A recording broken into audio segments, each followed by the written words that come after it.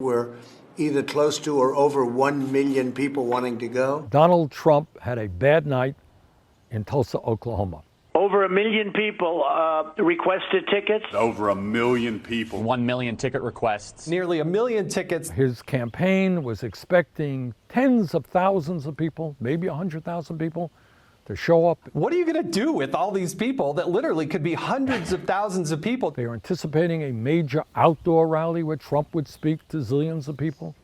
Well, there is an overflow crowd. And then come inside to a full house of 19,000 people. We have a 22,000-seat arena, but I think we're going to also take the convention hall next door. Well, it didn't quite happen that way. The city's fire marshal estimated attendance at 6,200. The arena holds 19,000. They didn't hold an outdoor rally because there was nobody outside. And when they came indoors, the arena was only about half full.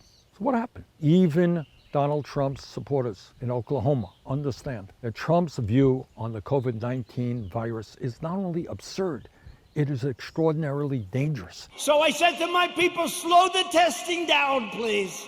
They understood that it is absolutely crazy to go into an arena with no social distancing where people are not wearing masks. So what the people of Oklahoma said to Donald Trump, you know what? We're going to listen to the doctors. We're going to listen to the scientists.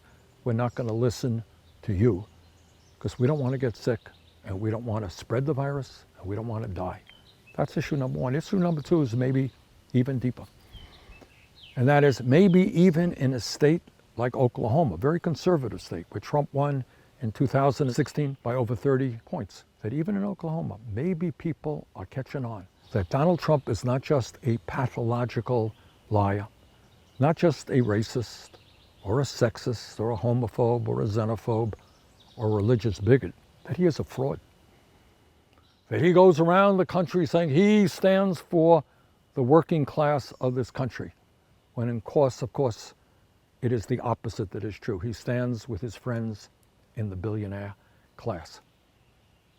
So I think there may be a sea change beginning to take place in the country, where people are catching on to the fraud that Donald Trump is.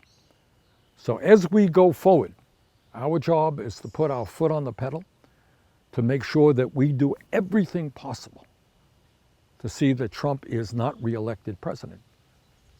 But what we have also got to do is shake up what goes on in Congress by electing strong progressives for the U.S. Senate, a strong candidate running in Kentucky, Charles Booker. Let's do everything we can to elect him. A number of great candidates running for Congress in New York. We have candidates running for district attorney around the country. And district attorneys play a very, very important role in terms of police departments' relationship with their communities. So there is an enormous amount of work to be done. And now is not the time to get depressed. Now is not the time to live in despair. Now is the time to keep our eyes on the prize. And that is not only defeating Trump, but transforming this government of ours so that we have people in Washington who are fighting for working families and not just the billionaire class. That we finally put an end to systemic racism and police brutality. That we understand that climate change is an existential threat to this country. That health care is a human right, not a privilege. That all of our kids, regardless of income, have the right to high quality education, and that we cancel student debt, and that we must finally deal with comprehensive immigration reform and a path toward citizenship, among many, many other issues. A lot of work to be done. Now is the time for us to come together. Now is the time to go forward and let us, arm in arm, make the changes that have got to be made. Thank you all very much.